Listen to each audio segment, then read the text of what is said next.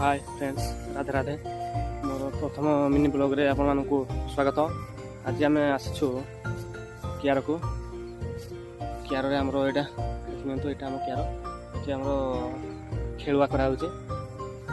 एटा आम सकाळ 6टा रु बाहर के आसीछु, 9टा 10टा हले जीवो। देखिनतो ये हरड गछ बहुत सारा लागि छि गछ। मिनिमम आम 5-6 दिन है ना आसी खेलवा करूँ। फल मिनिमम 6-7 पुर धरा है। देखिन तो कियार बहुत सारा कियार अच्छी एठे। चाष काम जार भारी सुखता। घास घास चलवार आनंद किसी अलग, बहुत हिड़ बहुत परिष्कार होना पड़ी, बहुत सफा करी से हरड लगाई। सब वर्ष आमर एटा रुआ जाए कियार। ए वर्ष बुणी दिया है, से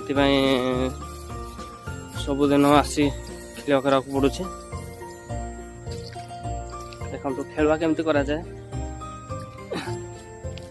एकाड़े गछ थी, एकाड़े गछ उठेकी मेचा मेचा गछ थी, एकाड़े उठेकी अलग अलग जगह रुआ जाव खेल जाए।